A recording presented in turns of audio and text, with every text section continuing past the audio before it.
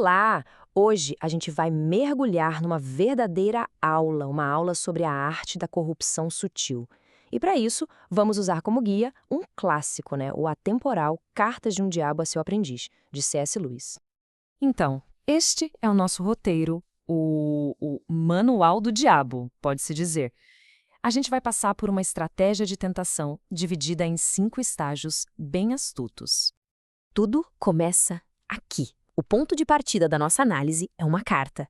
E não é uma carta qualquer, é de um tentador experiente, um mestre chamado Fitafuso. Ele está escrevendo para o sobrinho, sabe o motivo? Dar os parabéns por ter encontrado a armadilha perfeita para a vítima dele, o paciente humano.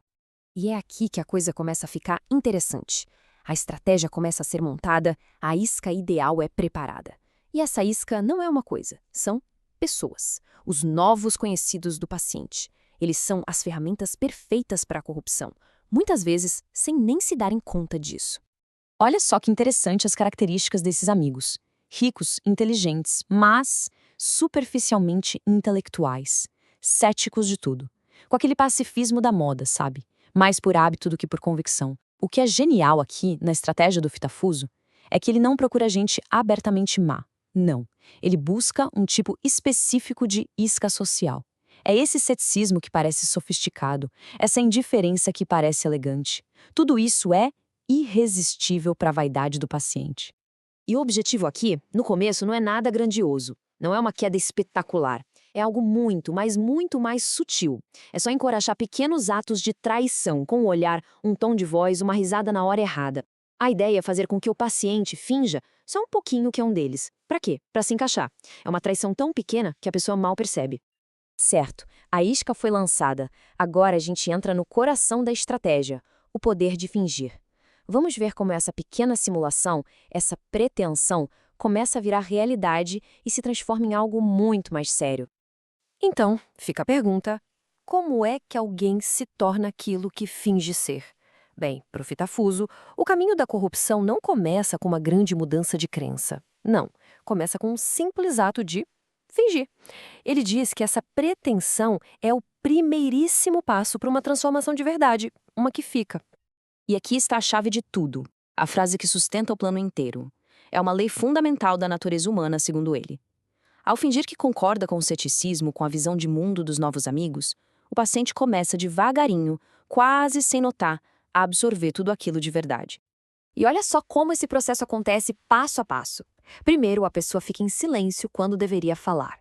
Depois, ela ri quando deveria ficar séria. Daí, ela começa a agir com o mesmo ceticismo deles e, por fim, a falar do mesmo jeito. O que a gente vê aqui é um mapa perfeito de como se vai da cumplicidade passiva para a participação ativa.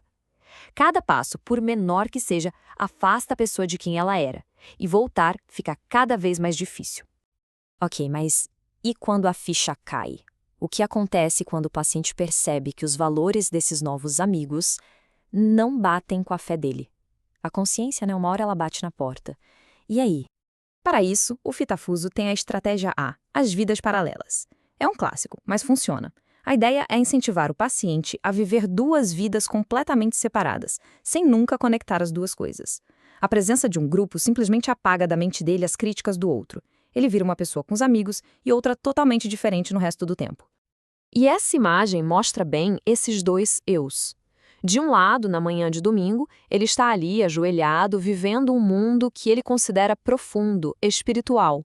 Do outro, na noite de domingo, está num café com os amigos brilhantes, numa vibe de urbanidade insolente, rindo de piadas blasfemas. São 2 mundos que não se tocam. E por que isso funciona? Porque evita o conflito interno. Um lado da vida dele simplesmente ignora que o outro existe.